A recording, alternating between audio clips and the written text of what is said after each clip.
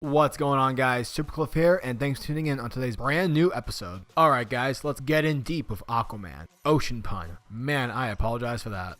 So yeah, last we talked about Geoff Johns' run on Aquaman. Our hero just annihilated an entire fish species, just to show us that Aquaman means business when dealing with aquatic injustice. Now, this part of the story jumps through time throughout a single day, so I'm going to do it my own way because this is my video and I can do what I want. So we pick up when the night is dark and filled with terror, and Aquaman's basically kind of like feeling guilty about the whole trench situation since he basically like killed an entire species because they were dumb fishes. Yeah, his phone begins to ring, and yes, you heard correctly, his phone begins to ring, and so Aquaman answers, and it appears to be a US Navy official who's calling Aquaman regarding the trench because one of the cocoons that they brought in to study on, inside it was an artifact, and they experimented on that, which appears that it didn't go so well because the artifact caused an explosion with a sound that shattered all the glass surrounding the lab, only to begin emitting a high-pitched chatter similar to that of a dolphin, as if like it's speaking a different language, almost like a code. Then he tells Aquaman that the artifact is that of an A, similar to Aquaman's icon, and Arthur tells him that the A stands for Atlantis, not Aquaman. I'm not that corny, come on. And here, in another subtle way, we see yet another example of where Geoff Johns pokes fun at Aquaman without really making fun of Aquaman. He's actually making fun of us, reader, and the people within the comic because of our presumed notion of who Aquaman is. Also, Geoff Johns is telling us that Arthur separates himself from Atlantis. That Atlantis isn't what makes Aquaman Aquaman, it's Arthur Curry who makes Aquaman. So Aquaman arrives at the US Navy facility where they're holding the artifact, and as Aquaman is studying the artifact, making sure of what it is, the base is attacked by these soldiers and mercenaries who are wearing like this high-tech armor and helmets, so we can't really see who they are. And so during all this utterly insane confusion, the soldiers, they capture the artifact and begin to make their escape. And so Arthur's like, oh hell no. So he jumps on board the flying shuttle that's transporting these soldiers. And so Arthur yells at them like, who are you guys? And he starts beating on them until he punches one in the face and the helmet explodes and water starts to pour out, revealing that these soldiers are in fact Atlantean. And while all this is happening, the ship starts to crash and lands in the desert where there's absolutely no water available. And so hours pass, and throughout this time Arthur is hallucinating his father talking to him, and he's just kind of losing his mind slowly. Then luckily Arthur comes across the down-wrecked ship and sees the Atlantean artifact as well as the helmet that he smashed earlier, and because there's still water in it, he dumps the artifact into the water, and then up comes a hologram projection, which, if I have to be honest, that was a pretty cool trick. You done good, Atlantis. But anyways, the hologram appears to showcase an Atlantean soldier from the days before Atlantis actually sank. And he's saying how Atlantis' enemies are at the gates and that they plan on sinking Atlantis. However, as his hologram projection is happening, the soldier within it is being attacked, and then the connection is lost. And by this time, the US Navy arrives by helicopter and rescues Aquaman, which I guess is kind of ironic. The Navy is helping save Aquaman? Whatever. Now, during this whole time period, Mira's in town picking up some dog food, and the manager of the place is seen hitting on the younger female clerk and making her feel extremely uncomfortable. And Mira notices this, and so what does she do? Well, she breaks the guy's arm. Snap. Wait, she's a superhero. Why did she just snap that guy's arm? Well, you see, Mira comes from a place called Zebel, which is a separate underwater kingdom that rivals Atlantis. And so when her father gets word that the heir to Atlantis is living on shore and his name's Aquaman, she's basically indoctrinated at a young age, training her entire life to assassinate Arthur. She instead falls in love with him. Ever since then, she's been banished from Zebel, never to return.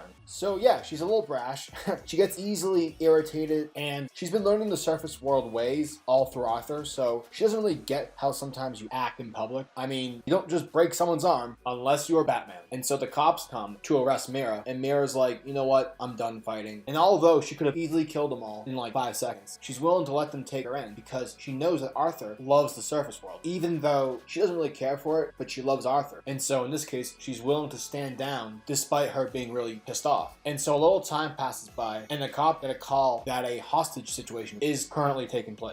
And so the cops arrive, and they're trying to handle the situation, and Mira's like, screw this. She breaks her handcuffs, breaks down the door, grabs the guy, and starts to absorb the water out of the system. Basically basically killing him. The daughter's like, stop, please. And Mira's like, why? He's trying to kill you. And the young girl answers by saying, but it's my dad. And Mira's like, that's really stupid. And she just takes off. Now we see Mira at the bay, just kind of hanging out, chilling, thinking about Zebel. And the girl from earlier, the female clerk, comes by with groceries in a way of thanking Mira for earlier and trying to show her that not all humans are jackasses. And Mira's like, I agree. Thanks, girl. Now the story takes us back to the lighthouse where Aquaman and Mira catch up. And Arthur tells Mira that he wants to know who sank Atlantis. And so he suggests that they go to Dr. Shin's place to find out who. And Mira's like, say what?